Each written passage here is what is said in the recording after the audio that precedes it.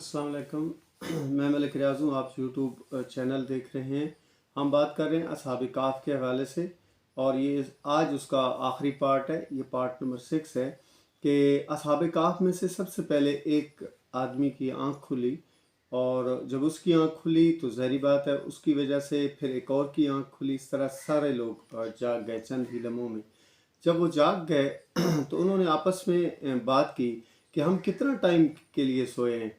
तो एक ने कहा शायद दिन का कुछ हिस्सा, दूसरे ने कहा नहीं हम कल से सो रहे हैं, किसी ने कहा नहीं हम परसों से सो रहे हैं। ये आपस में उन्होंने बहस मुबैसा की। लेकिन उन्होंने फिर जो है इसी बहस के दौरान उनको भूख भी महसूस हुई। तो उन्होंने कहा चलें जी इस बहस में हम नहीं पड़ते। फिर अचानक उन्होंने ख्याल किया कि उनके हाथों के नाखून और सर के बाल जो थे वो काफ़ी बड़े हुए महसूस हुए। तो उन्होंने कहा ये मामला कुछ और लगता है, क्योंकि जब हम तो सोए थे तो नाखून तराशे हुए थे और बाल प्रॉपर सेट थे, लेकिन अब बड़े हुए महसूस हो रहे हैं। तो उनको थोड़ा सा महसूस हुआ कि उनका मामला कुछ और है। लेकिन इस बहस में उन्होंने पढ़ने की बजाय कहा कि यार जो हम उनमें से जो सबसे सीनियर था उसका नाम यमलीख था। तो उन्होंने कहा यार यमलीख को हम भेजते, कुछ सिक्के उसको दिए, सोने के सिक्के जो उस वक्त करेंसी थी, कि ये आप ले जाएं और बाज़ार से आप छुप छुपा के जाइएगा ताकि कोई आपको देख ना सके, और खाना वहाँ से बाज़ार से ले आएँ। भूख लगी हुई थी उनको। तो हज़रत यमलीख जब उधर गार से निकले तो शहर की तरफ रवाना हुए। तो जब वो शहर में पहुँचे ना तो उन्हें बहुत ज़्यादा तब्दीली महसूस हुई। ज़ाहिर बात है बिल्डिंगों की तामीरात के अंदर तब्दीली आ चुकी थी, गलियों में तब्दीली आ चुकी थी। लोगों के चेहरे तो मिलते जुलते लग रहे थे, लेकिन वो लोग नहीं थे जो जिनको वो छोड़ के आए थे। तो जब जो ही वो नान वाले के पास पहुंचे जहाँ पर रोटियां वगैरह बन रही थी, तो उसने उन्हें कहा कि यार मुझे तो खाना दे दो, रोटियां दे दो। जब उसने उसे रोटियां दी तो उसके इवज़ उसने जब उसको रकम अदा की, पैसे, तो वो नान वाला पैसे को देखकर हैरान हो गया कि ये आप मुझे कौन से पैसे दे रहे हैं। तो जब उसने गौर किया तो वो दकियानूस के ज़माने के सिक्के थे, उसके ज़माने की करेंसी थी। तो वो हैरान हुआ, कहता तुम मुझे ये कौन से पैसे दे रहे हो। तो उसने कहा मैं तो आपको सही पैसे दे रहा हूँ। उन्होंने कहा ये तो दकियानूस के ज़माने के हैं। तो हज़रत यमलीख ने कहा हाँ ये वाकई दकियानूस के ज़माने के हैं, लेकिन ये कल परसों की तो बात है। तो उसने कहा नहीं ये कल परसों तरसों की बात नहीं है, उसको वो गुजरे हुए उसके ज़माने को गुजरे हुए ज़माना हो चुका है, उसकी बादशाहत को ख़त्म हुए ज़माना हो चुका है। अब तुम उसको 300 साल से ज़्यादा का अरसा हो गया कि वो फौत भी हो चुका है। तो ये बात हज़रत यमलीख को जो है ना वो अंडरस्टैंड नहीं कर पाए। तो आपस में बहस मुबैसा के दरमियान लोग इकट्ठे हो गए। तो जब लोग इकट्ठे हो गए तो उनमें से एक शाही पुलिस वाला भी था। तो उसने हज़रत यमलीख को पकड़ा और बादशाह वक्त के पास ले गया। तो जब वो बादशाह के पास उसको लेके गया तो उसने ये किस्सा सुनाया कि यार इनके आपस में ये बहस हो रही थी, ये इसके पास जो करेंसी है वो बहुत पुरानी है, वो जो है दकियानूस के ज़माने की है। तो ये कहता है कि ये तो ज़्यादा पुरानी बात नहीं है, ये तो कल परसों की बात है। तो जब बादशाह ने उनसे पूछा तो उसने कहा जी कि ये वाकई हम जो थे दकियानूस के ज़माने की ये करेंसी है, लेकिन दकियानूस तो एक जो है ना बहुत ही जालिम और काफिर किस्म का बादशाह था। तो वो हमसे हमारा दीन छीनना चाहता था और हमारी जानों को भी ख़तरा था। तो हम अपने दीन और जान को बचाने के लिए इस शहर से निकल गए थे, ठीक है, कहीं छुप गए थे हम। तो उस बादशाह के जो वज़ीरों में से कोई तारीख़ को जानता था। तो उसने कहा वाकई ये जो है ना दकियानूस के ज़माने में चंद नौजवान जो थे वो उसके अपने दीन और जान को बचाने के लिए निकल गए थे। तो दकियानूस ने उनके नाम तख्तियों पे लिखवा के सेव कर दिए थे कि जब भी ये मिले तो उनको सख्त से सख्त सज़ा दी जाए।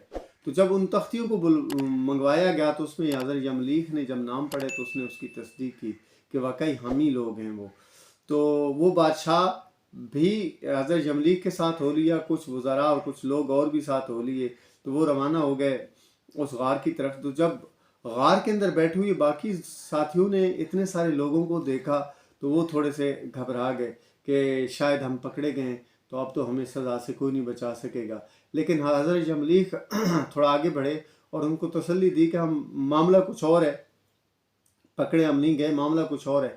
تو جب وہ سارے کے سارے لوگ سامنے آئے تو یہ بات، یہ جو فتنہ وہاں پر چل رہا تھا کہ ارواح والا، اور یہ چل رہا تھا کہ انسانی جسم دوبارہ زندہ نہیں ہوگا، یہ فتنہ تھا کہ یہ جسم کیسے زندہ ہوگا جی، جو گل سڑ جائے گا، ختم ہو جائے گا۔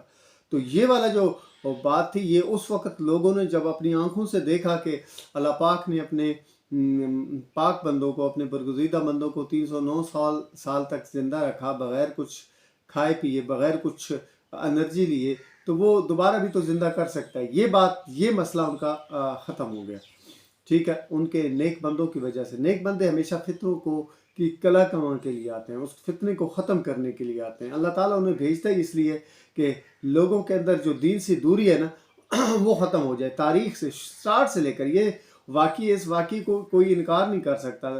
سورۃ الکہف کے اندر یہ بہت ہی مشہور اور معروف واقعہ ہے جس کو اللہ نے بڑی ڈیٹیل سے بیان کی ہے۔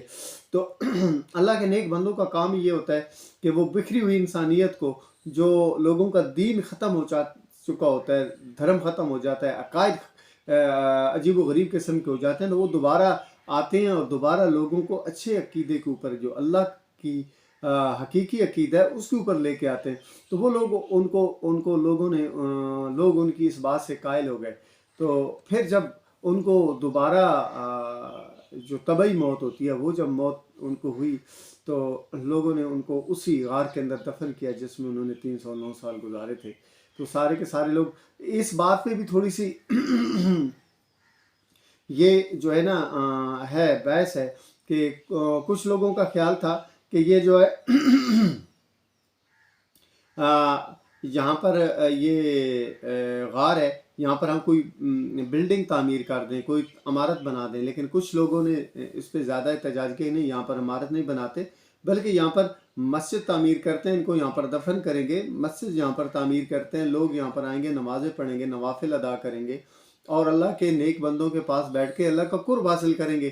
تو اس بات پہ اتفاق ہوا، تو وہاں پر جو ہے مسجد بھی تعمیر کی گئی اس غار کے ساتھ ہی باہر ہی، اور اس غار کے اندر ان اللہ کے نیک بندوں کو، برگزیدہ بندوں کو جو ہے وہ دفن کیا گیا۔ تو یہ ایک اور بحث بھی ہے یہاں پر کہ یہ جو لوگ ٹوٹل 3 تھے، چوتھا ان کا کتا تھا، کچھ کہتے ہیں جی نہیں 4 لوگ تھے، 5واں ان کا کتا تھا، کچھ کہتے ہیں نہیں 6 تھے، 7واں ان کا کتا تھا۔ یہ ایک معاف کیجیے گا، یہ ایک بحث ہے جو چلتی رہی ہے، لیکن اللہ نے کہا آپ اس بحث میں نہ پڑیں، گنتی میں نہ پڑیں، یہ ایک فضول بحث ہے، گنتی میں نہ پڑیں، بلکہ آپ اصل بات پہ آئیں کہ حضور نبی کریم علیہ السلام کے زمانہ پاک میں بھی کافر یہ کہتے تھے کہ یہ کیسے زندہ ہو جائے گے، مردہ لوگ جو مر چکے ہیں، جن کی ہڈیاں بالکل ختم ہو چکی ہیں، وہ دوبارہ کیسے زندہ ہو جائیں گے۔ تو اللہ تعالیٰ نے اس بات پہ کفار کو اور تمام لوگوں کو اس مثال کو دے کر، اس واقعی کو پیش کر کے یہ بتایا کہ جو اللہ اس بات پہ قادر ہے کہ وہ اپنے نیک بندوں کو 309 سال تک زندہ رکھ سکتا ہے اپنی قبروں کے اندر، تو وہ دوبارہ بھی اٹھا سکتا ہے، وہ اس بات پہ قادر ہے، ٹھیک ہے۔ تو اصل بات یہ ہے کہ ہم نے اس فانی دنیا سے چلے جانا ہے، دوبارہ اللہ تعالیٰ ہمارے اس جسم کو، اسی جسم کے اندر دوبارہ روح ڈالے گا، اور ہم دوبارہ اللہ کی بارگاہ میں حاضر ہوں گے، اور اللہ تعالیٰ کو ہمیں اپنے تمام معاملات کا حساب دینا پڑے گا۔